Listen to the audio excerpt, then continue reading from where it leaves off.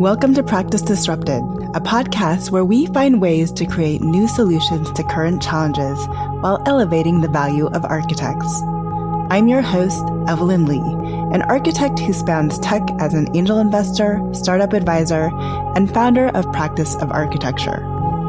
Whether you're a seasoned architect or just starting in the field, this podcast is your gateway to think differently about the role architects play within our global community.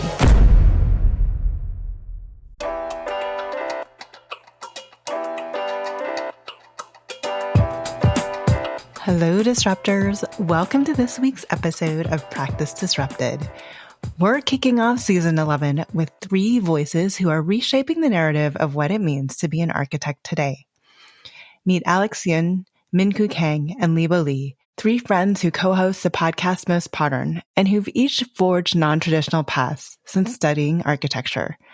You'll hear from Alex, a licensed architect, educator at Harvard, and co-founder of a California-based design and development firm.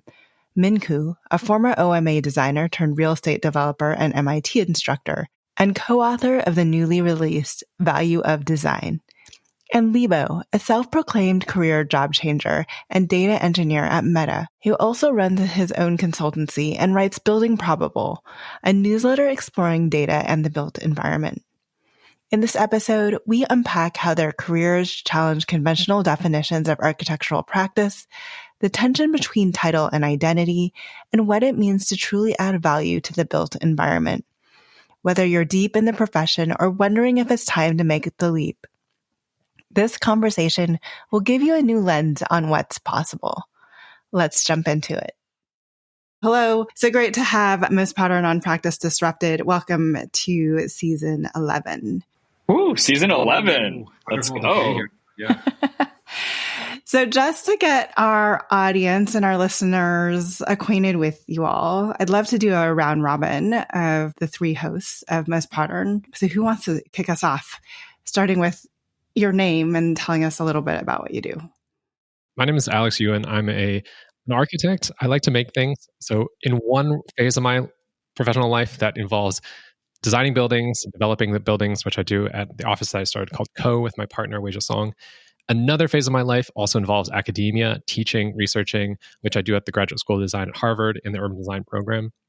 And I think those two things really allow me to think about both practice and how things are thought about in the built environment, but they still feel like kind of siloed spaces where I don't get a lot of chance to really talk to other people about how they're viewing the world, how they're seeing transformation occurring. And so I started the podcast with my two good friends, Minkoo and Libo, I think to allow myself personally to be able to have that space to start to think about those things that are happening, especially at a moment when transformation is happening so drastically, especially around technology, especially around things like AI, and also at a time when people, I feel like, are wondering why the world is a certain way, mostly out of frustration, and trying to provide answers to that. Hi, my name is Minkoo. I am one of the hosts of Most Podern and I'm very happy to be here. I'm an architect turned developer, and I crossed paths with Alex at OMA in New York when I was a practicing architect there. I've practiced architecture in the Netherlands, Qatar, Hong Kong, and New York.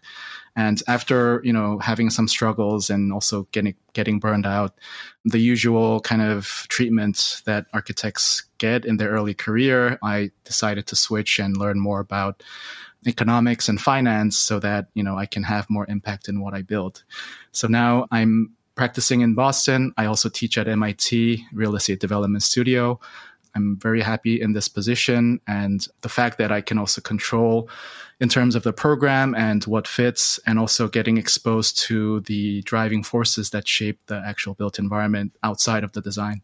So happy for joining this podcast. Excited to talk more about it. Libo, I think this is my second time on this podcast, so good to be back. I guess at this moment, I would describe myself as a career job changer. In the last decade, I've worked at more than 10 companies. So started as an architect, did a bunch of BIM, design automation, did BIM outsourcing, tried to do my own startup before finally landing at Meta, doing data engineering. One thing that I think characterizes me is I am extremely curious and I like to learn new things, and I get bored very easily, which is probably what accounts for a lot of the job hopping. But started Most Podern with these guys, I think, as a way to explore more the conversations within the built environment, one thing I found throughout my roles is that everybody likes to talk to people that do the same things that they do. But a lot of the value and a lot of the insight actually comes from talking to people that work across or before or after you in your role. So it's in a way taking what I've experienced on my job and hopefully being able to explore that through a podcast format. So I have a question for you all, since you kind of are like, I don't know if you could say architecture or you fall in this new category of what architects do. When you introduce yourself to a stranger, how do you identify? I always go for architect because I think that's the easiest thing for people to latch onto. But I always wonder what the second question is going to be. And it's usually, what kind of buildings do you design? And at that point, I have to explain to them, well, actually, we go about it slightly differently than the traditional architect that you might know about. Because, Evelyn, I think you probably know this too, that we as architects, and I think we all are architects here, even if we're not practicing and building buildings, we as architects feel that maybe don't know how other people perceive the profession or don't know how to anticipate what people are going to think about us. So I usually start with architect because it's just easier to explain, and then I go into more depth. Actually, for me, it's the other way around. Although I have experience in practicing architecture, I technically cannot call myself an architect because I'm not licensed. So I have more than 5 years, like about 8 years of experience in architectural design. But still, I can't call myself an architect. And I don't feel comfortable calling myself an architect. So now I think I more relate to the development world where, there isn't any licensures, and is also in development, people do their work all differently based on their strength.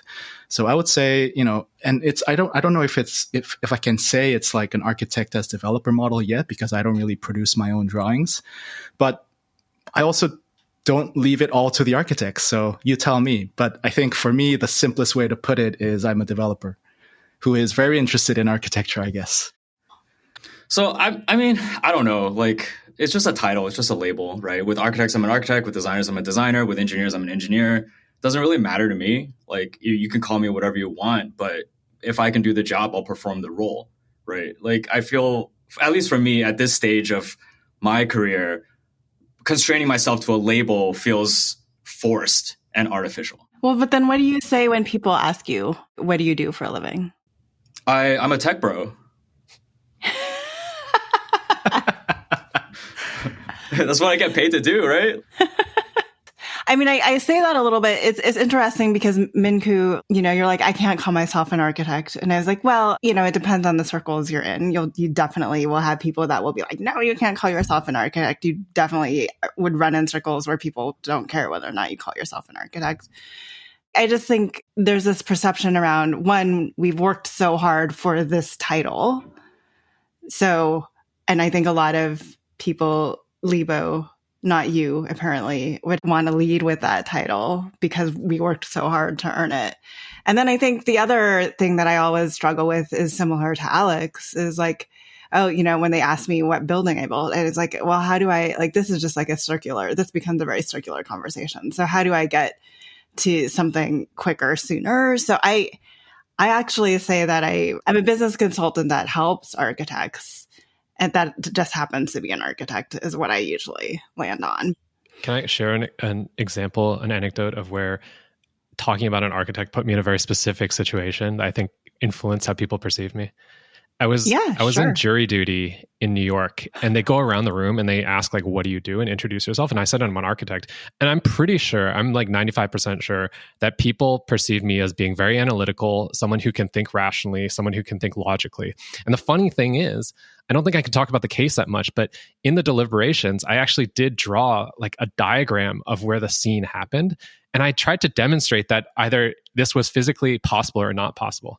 So I do think, like just looking back, that was 10 years ago, I do think that architects, regardless of if you're a licensed architect or if you continue to make buildings, there's something like you're talking about, Evelyn, in the training that allows you to think definitely spatially, but also systematically, logically, rationally, in a way that I think is productive, regardless of if you're looking at a building, if you're looking at an organization, if you're looking at a piece of software. But I think the fact that, it's confusing, even whether or not you're doing architecture or not, like it's confusing even for an architect to think about whether should I call myself an architect or not?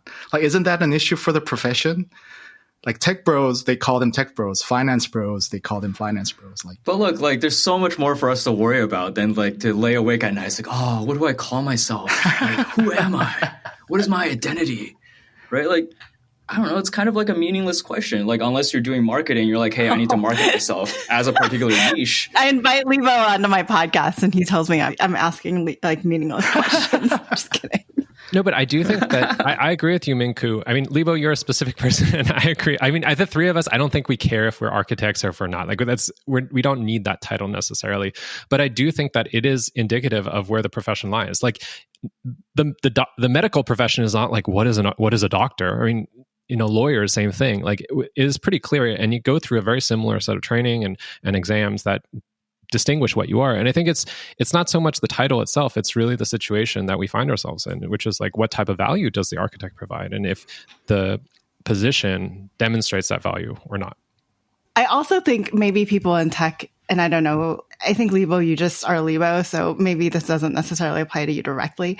But, I dropped the term when I was at Slack because there are so many non-building architects working at Salesforce when I was at, they have they have whole projects and programs talking about the technical infrastructure and the architects of that I'm just, if I say I'm an architect in a tech role, they start having conversations about things that I'm not directly related to at all. So in that environment, I ultimately dropped it. But I think that's an interesting point, right? Like in tech, when you're a systems architect, when you're like a data architect, you are building structures and systems with just different parts. So you are performing architecture, right? It's not like you can't call yourself an architect. You just aren't familiar with the things that they're building with. Yes, I'm an architect, but not the type of architect that you're thinking about. And it was never in my title anyways. So in the tech world, I just don't even refer to myself as architect, frankly. Our discussion so far clarifies that it's very difficult to put an architect in a box. It's very easy for an architect to draw a box, though. Well, I think it's by the nature of this podcast and the four of us, right? Like, if this was a different podcast, architects talking to architects, I think we wouldn't even be asking this question. No. Yeah, and I think there's just like, let's put it out there. There's a lot of insecurity about this in the profession. I think we all feel it to certain extents, but it's definitely felt in, you look at certain ways that people describe themselves or the way they act, or, I think there is a lot of, like, specific to the tech example, there are a lot of building architects who are quite annoyed that these titles have been appropriated by other sectors. We forget that engineering was equally appropriated, but for some reason they don't talk about it as much as we talk about it. Yeah, and there's also like sound engineers and other sorts of engineers too. So yeah.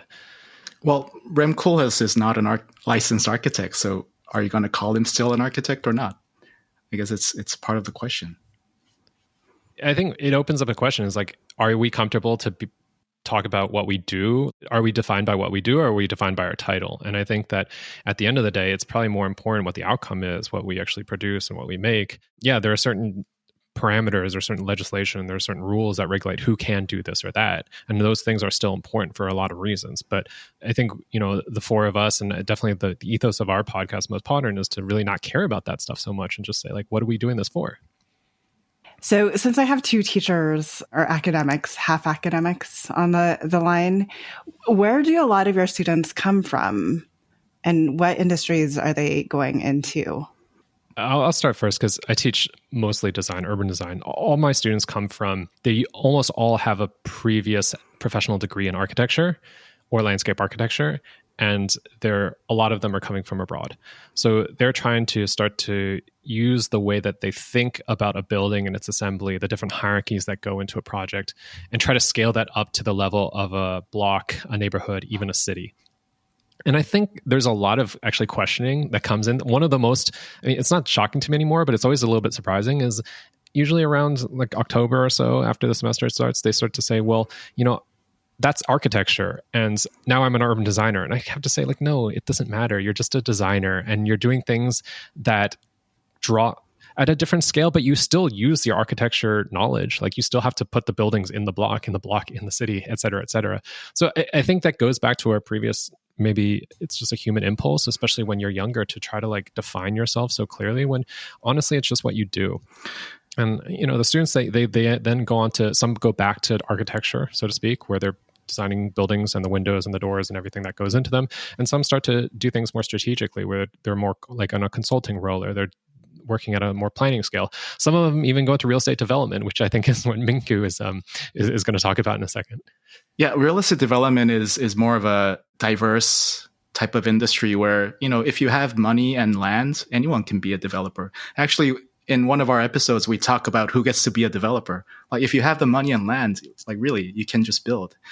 But I think that's why it's a fascinating field to me, because you can still maintain a generalist approach to things. So, if you go into architecture workforce, maybe in the larger companies, you get trained and experienced to become a specialist in certain project types. But in real estate development, even in the academic setting, you see many students coming from all different backgrounds, but are somewhat related to buildings. So, for instance, people come from city planning, from finance, from law, from development, from architecture, urban planning, urban design. Like, all of these different students with different backgrounds come together, they merge, and we all kind of discuss what to put on this land. And I think it's been a very interesting mix of perspectives that actually broaden my view. And also, I think if there's a designer out there who wants to know how buildings get put together, outside of the design realm, it is a very useful experience to have. Is there any hierarchy in the development world? And if there is, where do architects fall in that? And maybe this is a wrong projection that I'm making, but I feel like, architects are kind of like at least the next run down, right? We're not the ones with the money coming in.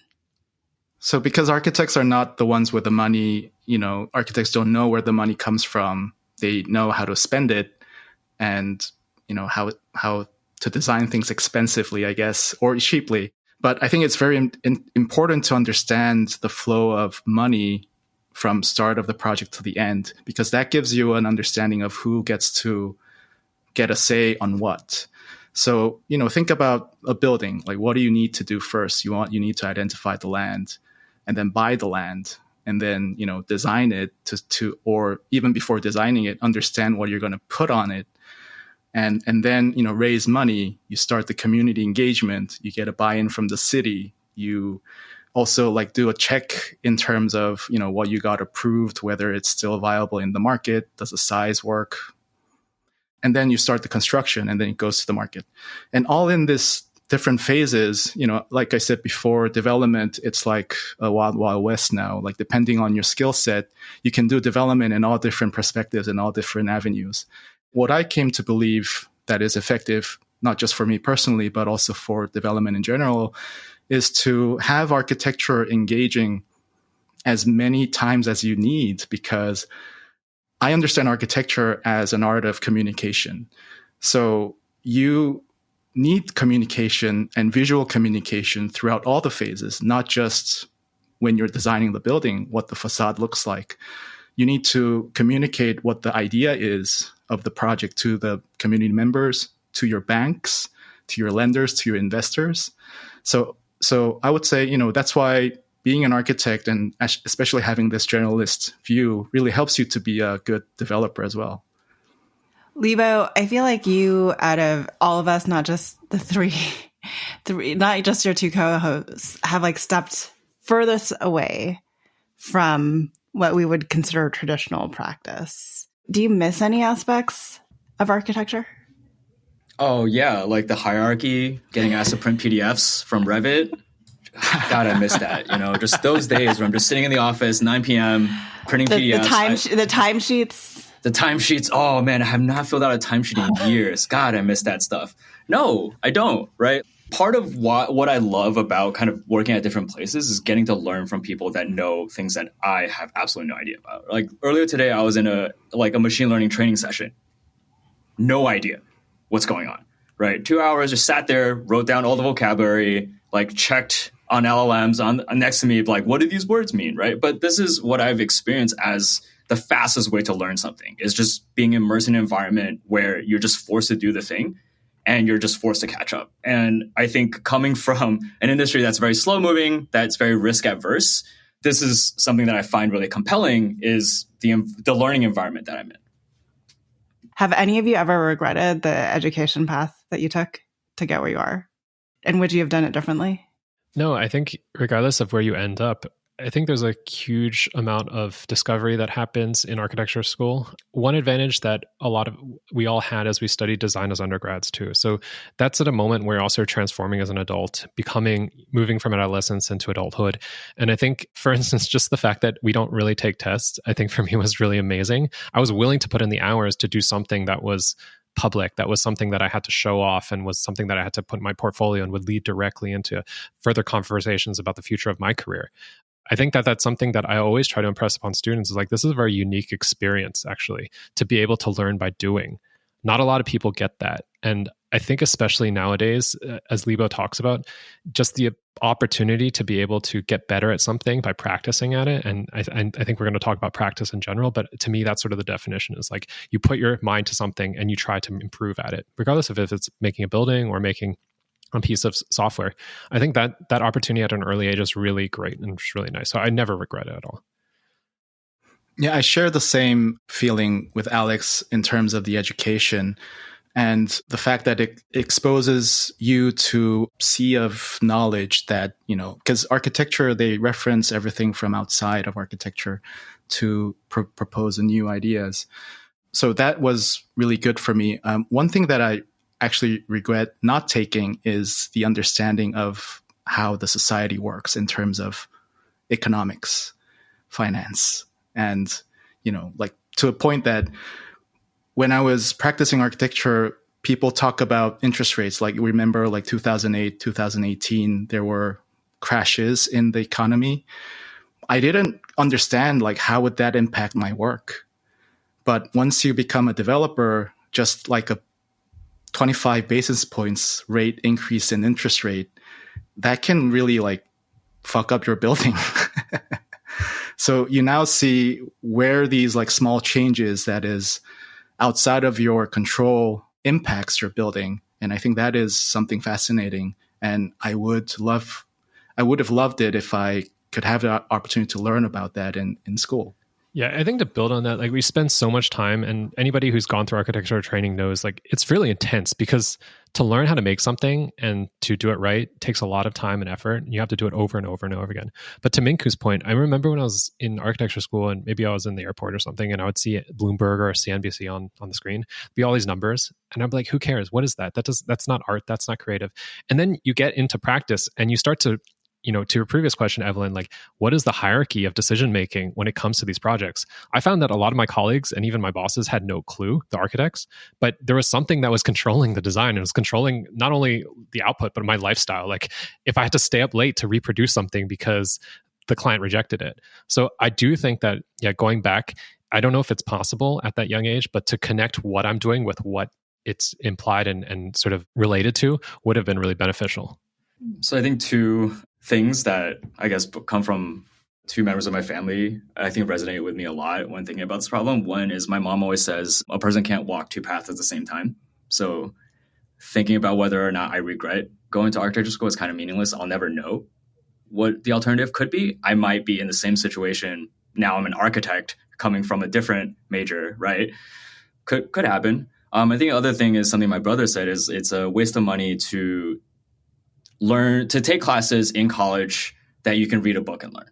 And I think that's something that's especially true for architecture is that the studio experience, your ability to formulate your own taste and your own judgment, that's something that's very hard to read a book and get.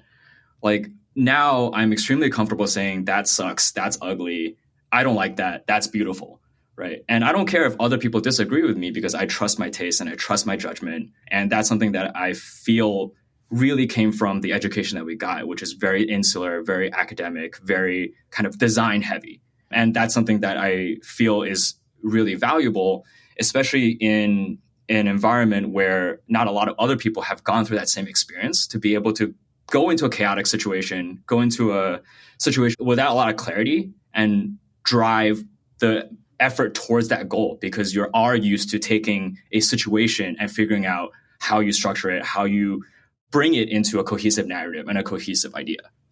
Yeah, dealing with deadlines help for sure. Even if it meant staying up, how many hours we stayed up? Well, I think the reason, like, for instance, all of us are probably the same. Like, we don't stay up late, partially because we did it before, and we're like, I don't want to do that again.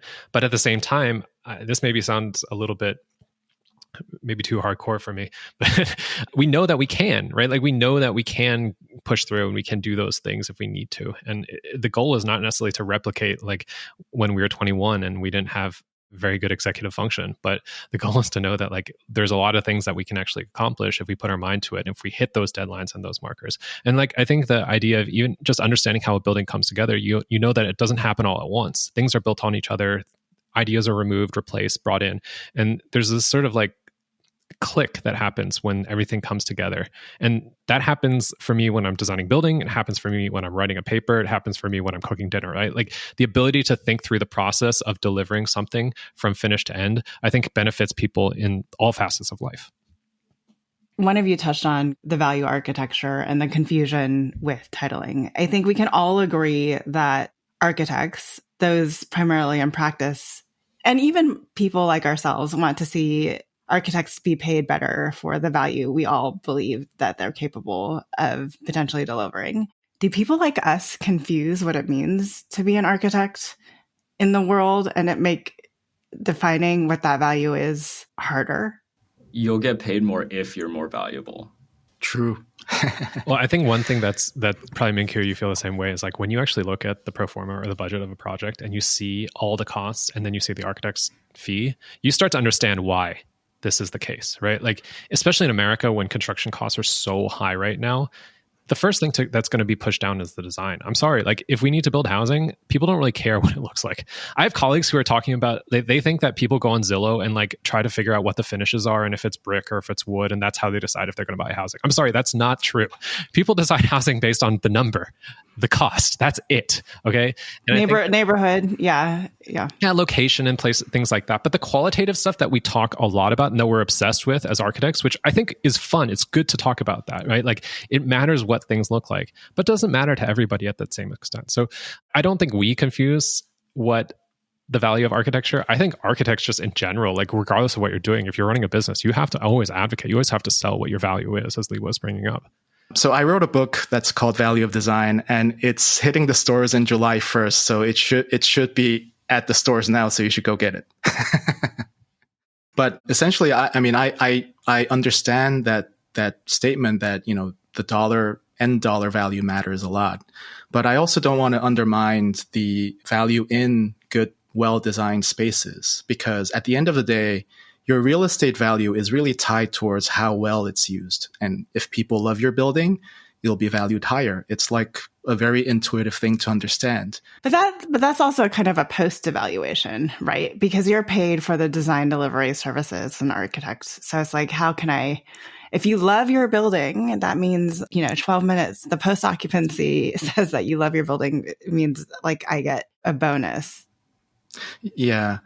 That's true. But what the book's point is that even in post-occupancy, there is an actual significant correlation between how the building is designed and how the building gets valued.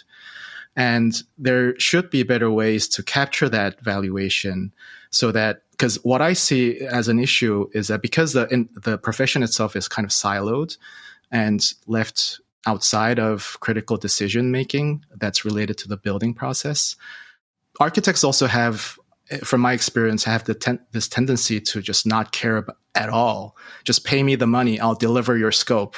I don't care. And that's what I think shouldn't happen.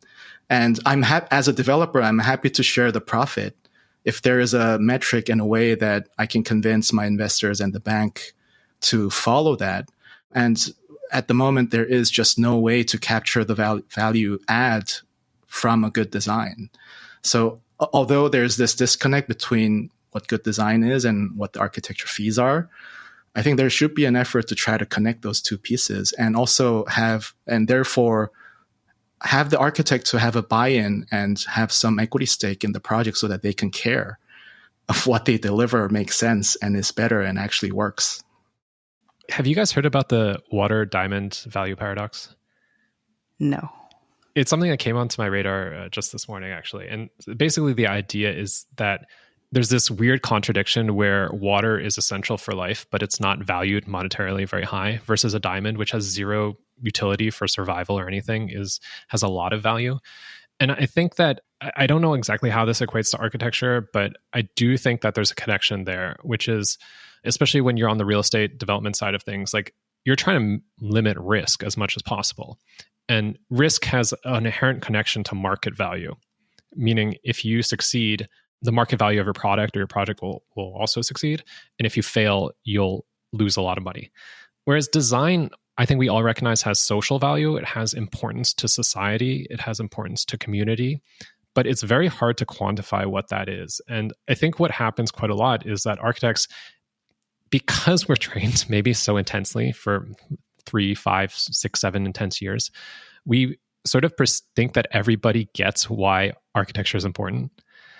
And that's okay, but it gets really problematic when you expect your client to always get why your decisions are important, and your client doesn't understand why you're making those decisions, and they expect you, say they're a real estate developer, to understand why what they're saying to you is also quite critical. I think there's been moments where I've looked back on projects that I've worked on or projects that I'm working on currently where I said, yeah, we definitely couldn't have done that. It's just not possible, even though I would like to have done that. So I do think that trying to maybe distill what is market value, what is financial value versus what is social value, what is cultural value, which are also critical, and trying to maybe piece those together or try to differentiate them more clearly could help the profession.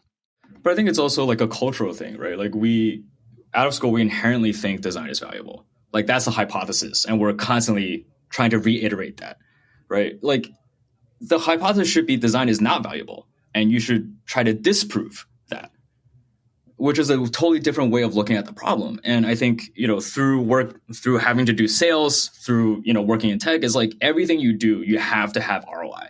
Like, why are you doing this? What is the impact? Like, how big is the impact? Why are you doing this thing that has less impact than this other thing? I think as architects, we rarely talk about that. Like, why should you hire me than this guy? How am I going to give you 3 times the return that this other architect is going to give you? Yeah, that's why we need to include economics in the education, because we're just so detached. And we are talking about economics in this room here, but I'm sure in some schools out there, probably talking about money itself is like, oh no, it's a hush hush kind of thing. I think that's a huge problem, to be honest. There's this like moral hazard associated with talking about capitalism and money, as if you mention a dollar figure, everybody is going to go become this grubby developer, which is just wrong, to be honest. I always think about Kobe Bryant. If you read he has this like little book that talks about the Mamba mentality.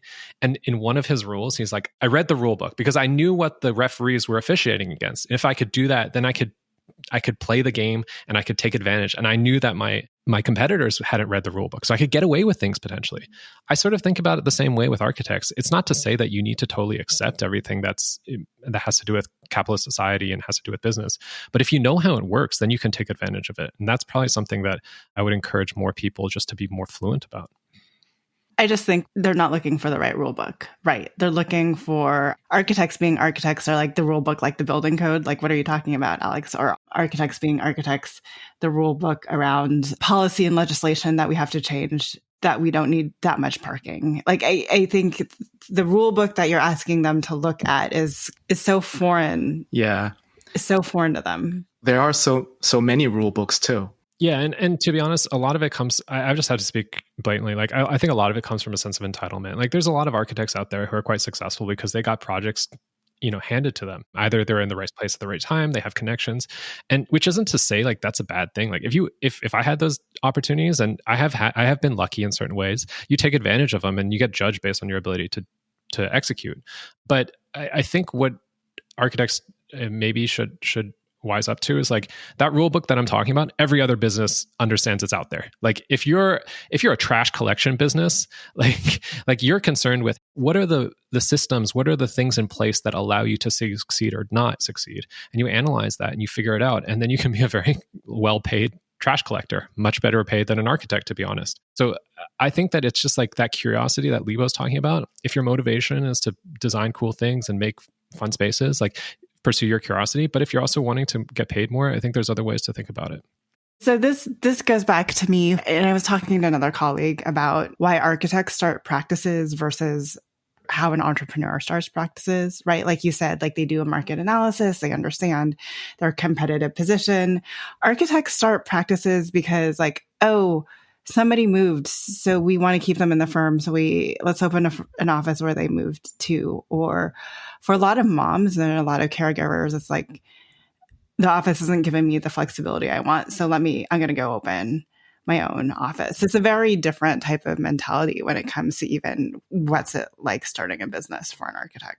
Yeah. So in a sense that maybe the threshold is lower to start a business, which I think is a good thing and gives more, because it's not as structured or confined than other businesses. Maybe there's a freedom of thinking or a freedom of experiment to, try different stuff and still call yourself an architect. I think that's the impulse that everyone has. I don't think it's any different from most creative industries, where it's like you apprentice, you work under somebody, they generally call the shots, you do the work. At a certain point, you feel like, I want to be able to make all the decisions. And then you don't realize that it's actually not what you're doing most of the time. I mean, I remember my former boss, Charles Renfro at Deloitte Video, he would talk about like, he only spends 10% of his time at most designing. Most of his time is spent selling, it's spent doing business development, it's spent networking, things like that. And then all the administrative stuff that comes along with the business. And yeah, I mean, maybe it's like, it's that idea of like pursuing your passion, and hopefully your passion can become your livelihood. But a lot of people who, I think if you just look at most successful businesses, it's the ones that people don't want to do. Like those have much more upside than those sort of vanity businesses where everyone wants to do them. And a lot of that is creative, because a lot of the value is comes out of like the act of doing, the act of making, which is nice. But then you also have to realize that there's a bunch of other people out there who are trying to do the exact same. And as Libo pointed out, like how do you differentiate yourself from somebody else? Yeah, I think this is something that I've kind of turned in my mind is like, why am I spending all my time getting underpaid to make a design that someone else wants when I could just work a job that gives me plenty of hobby time to do the design that I want, right? Like if I truly get joy from building from design, then why can't I just do it on my own time and do it my own way and spend my daytime doing something else that's more valuable to other people, right? Yeah, I have a confession to make. I mean, I'm enjoying thinking about design more now than I was at OMA, because I had to spend all the time that I had just producing design that, I couldn't really process it internally and, think about it as an individual. Whereas now I'm doing development and most of my time I spend on thinking about what could this property have? Like, what could this be? Which then, kind of triggers me to look out for a lot more references like that is more practical or like well designed, well thought of. So yeah, now I have more design energy that when I'm outside of architecture practice.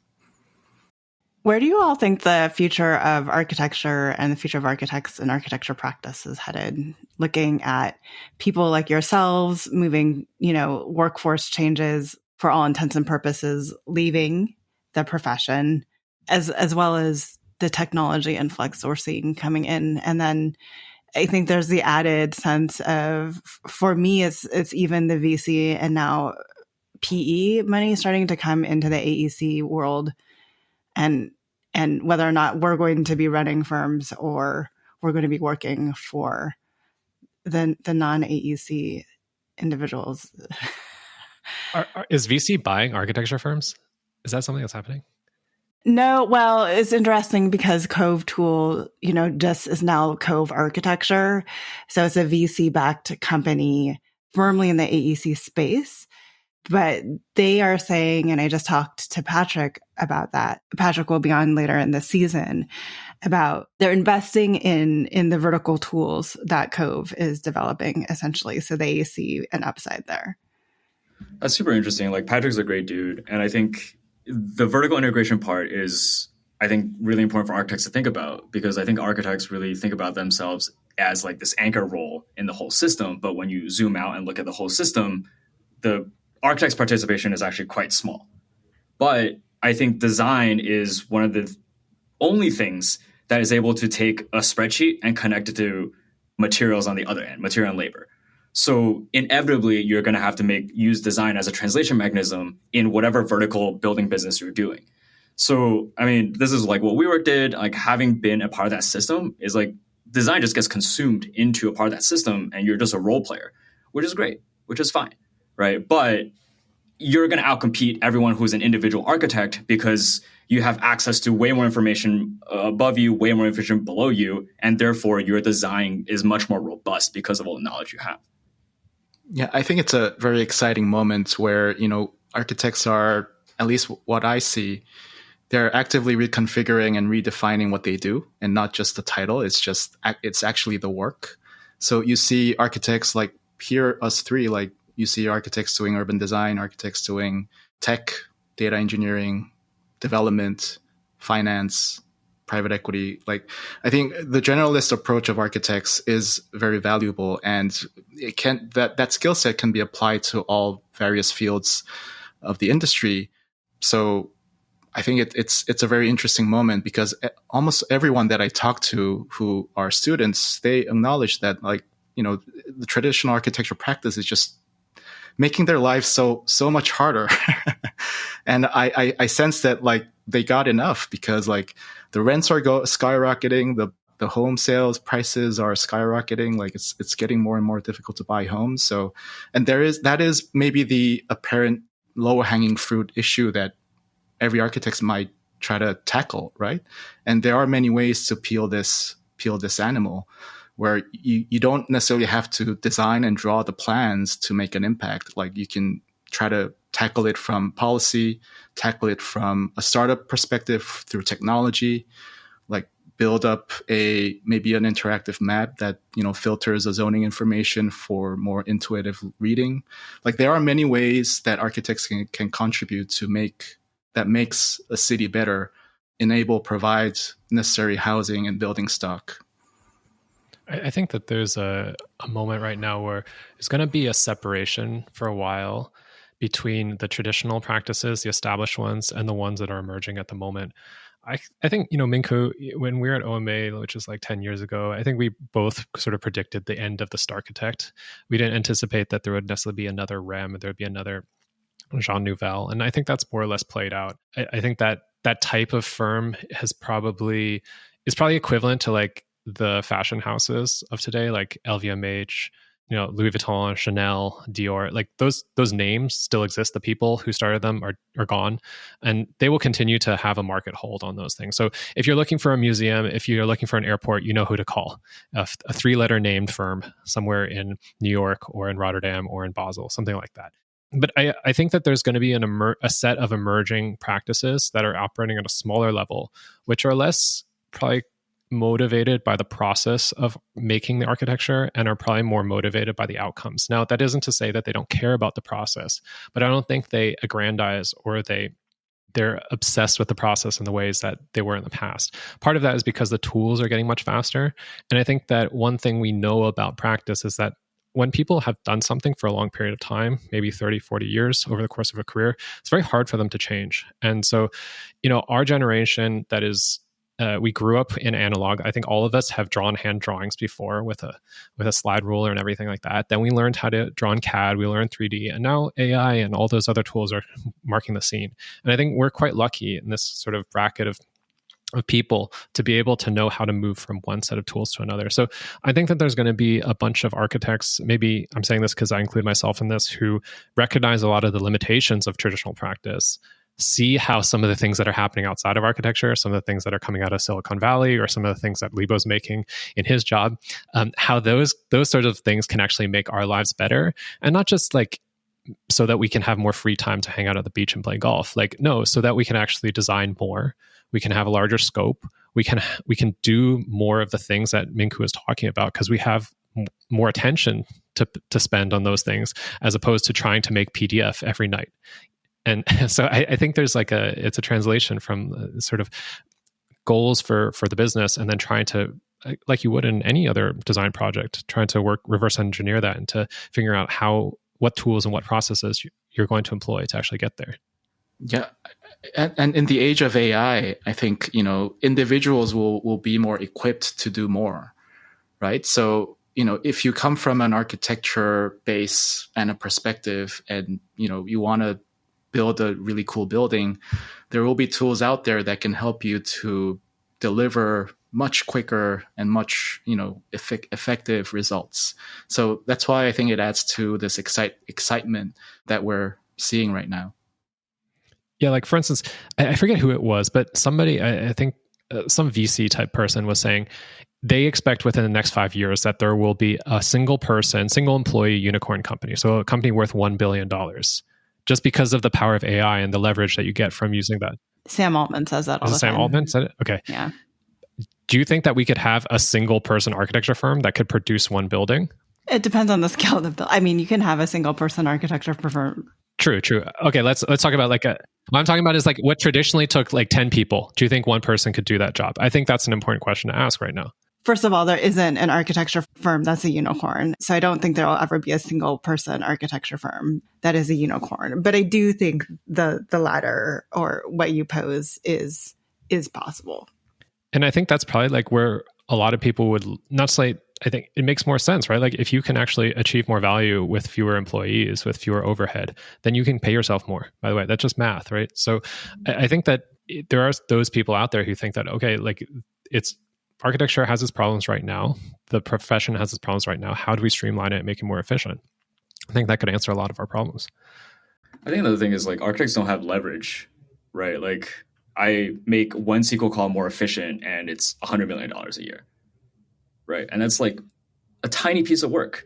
But by being a part of this organization, by having all the systems around me, it massively increases my ability to impact the cost and the efficiency of the business. I think architects don't think like that. Like offices don't think, hey, how can I maximize every ounce of leverage I have on a person? Because I think what tech has realized is like the individual person is actually the most valuable. They're the person who can produce the most outsized value if you train them, if you grow them, if you bring them into a situation where you can maximize their value. And unfortunately, in terms of traditional practice, architecture just looks at individuals as people who can do work. I just need 12 people on this project. But I think there's also a limitation. I mean, like there's just not a lot of leverage in the physical world. You can produce one line of code and you can send that out exponentially and it'll reach the entire globe. We're talking about more or less bespoke projects happening in one position in the world. And you have to spend a lot of attention to make sure that works correctly there. So I think like as hopeful as we can be about what practice becomes, I also think we have to accept some limitations. Like it will never become tech. I agree, Evelyn. I don't think you'll ever have a unicorn architecture firm, maybe a construction firm, but not one that designs the building necessarily. Yeah, but in terms of value proposition, I think there's something to say here that, if your goal is to have your project featured in a magazine, I don't think that goal can work for your business because, like, what does a magazine feature give you? Maybe potential projects, but that's not also certain. So I think the goal should be to build a successful building, both regarding in all measures, like design, aesthetics, function, program, financial. And then, that becomes a proof of concept and you do the next one and then the next one.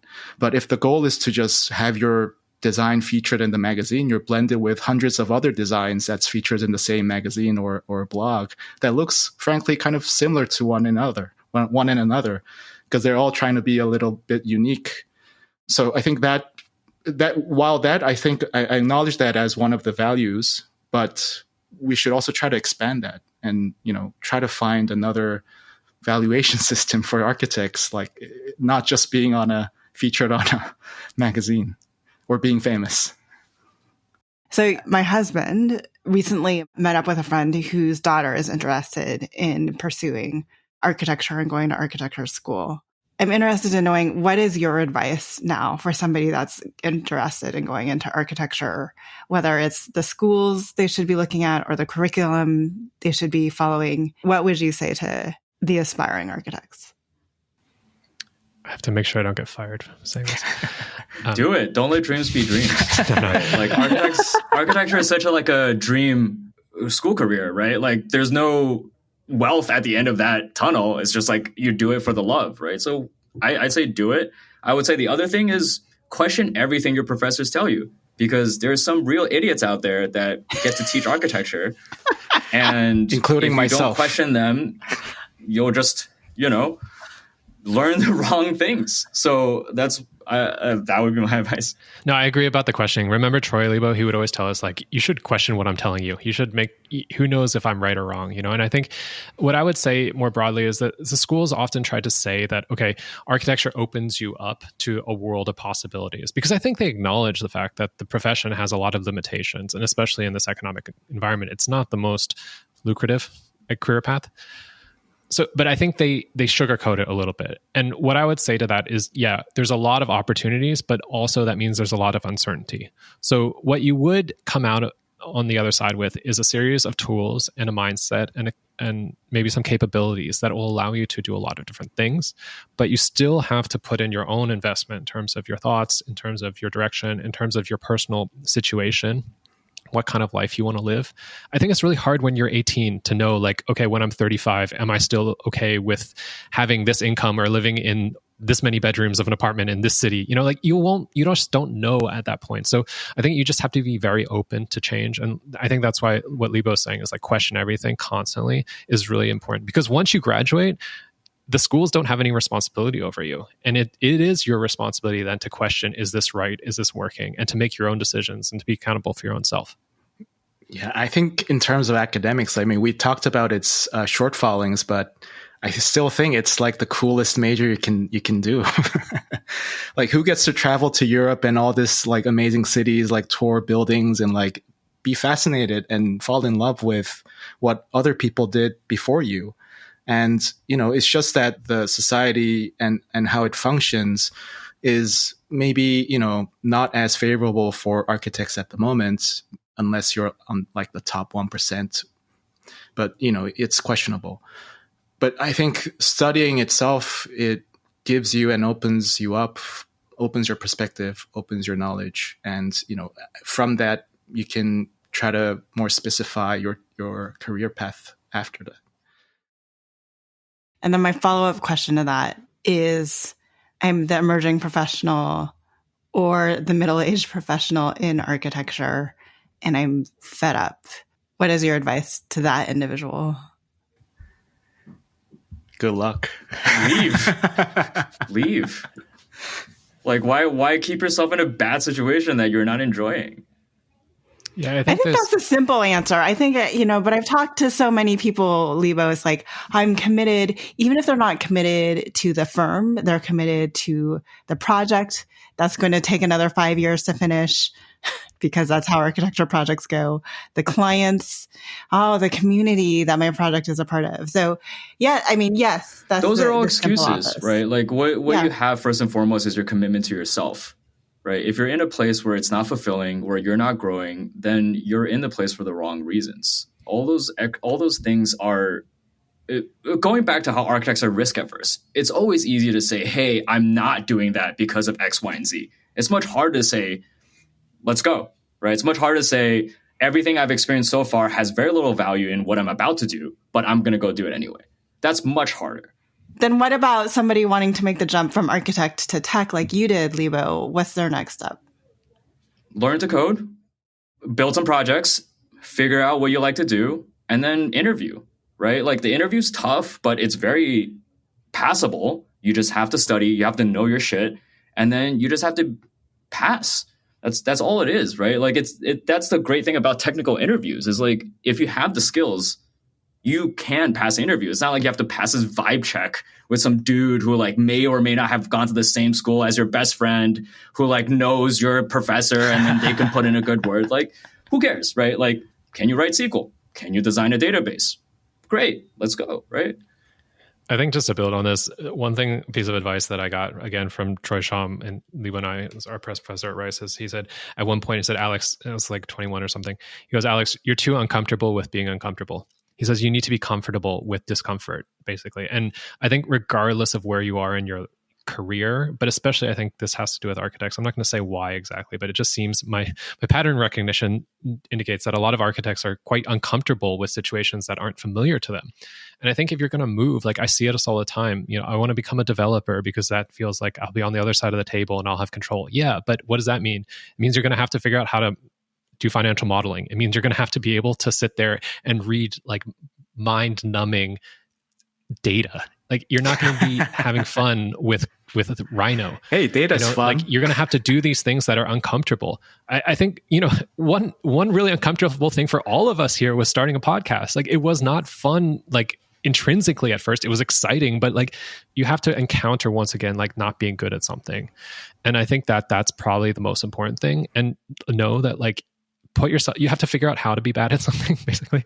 Like do it in manageable steps. So, try things out, test things, expose yourself in ways that maybe you're uncomfortable with, but also know that you'll survive, right? Like, and so I think it's like figuring out how do you want to modulate? Like, how do you want to move from the thing that you're really set and comfortable in to something that's more discomfortable? And usually that's just like time and perseverance and repetition, Yeah, I think for individuals who are thinking about switching lanes or switching industries, that individual will have a gut feeling and probably on that person's inner self, like they have a decision made already.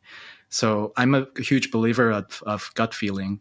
And if you, after having several years of experience, if you're not comfortable there and you want to do something else, I think it's totally valid to think about that and try to take action, because the reality is even if you switch, like things get better, but some things get worse. So it's not going to be a perfect choice anyway.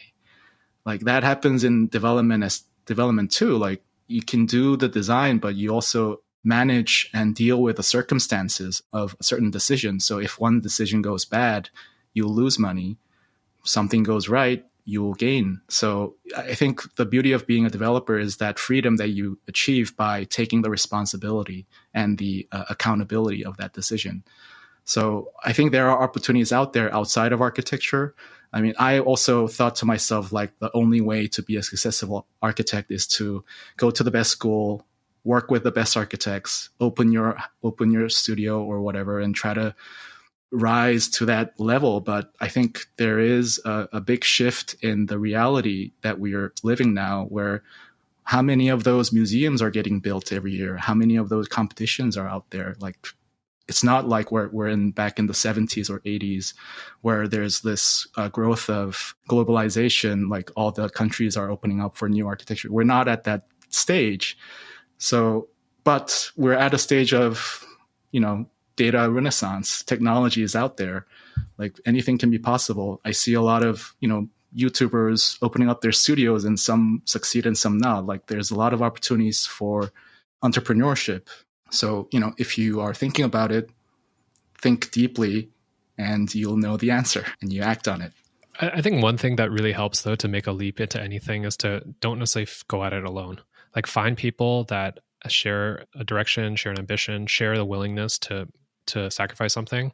I think that's what the three of us did with the podcast, right? Like, I don't think one of us would have started it by ourselves, but like having that support network and having people to also riff off of, that's also really difficult when, even for architects who stay in the practice and then start their own studio, it's like that moment when you're all by yourself. You have to be the critic, the producer, the manager all at once. It's really difficult. So having people around you who you can do things with, I think is really helpful. And for me, for sure, it's helped me a lot. That's so true.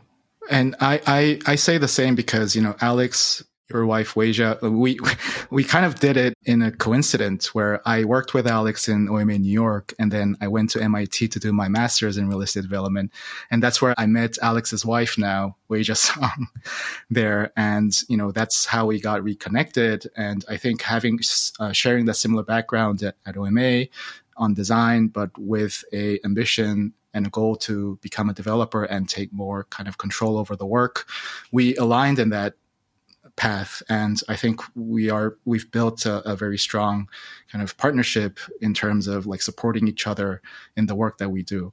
So I would strongly, back that statement that, if you can, and if you're lucky, you'll find people that will work with you. And if the goal is clear and large enough, like there will be more that you'll meet along the way. Yeah, I mean, okay, so we need to preface this with saying Most Podern is a great podcast and you guys should all listen to it. But it's much more fun to build a shitty project with great people than to work on a great project with shitty people. Right? Like when I was working in architecture, designed some beautiful things, but worked with really miserable people. And I was miserable. But like in tech, like you do a hackathon, everyone's having fun, you're eating pizza, drinking beer, and then you do a demo at the end of the day. Like, is it that great? Maybe not, but you have fun doing it and you learn a lot. And that's much more enriching than, grinding through this only to have a picture end up in a magazine and your name like 30th on the list.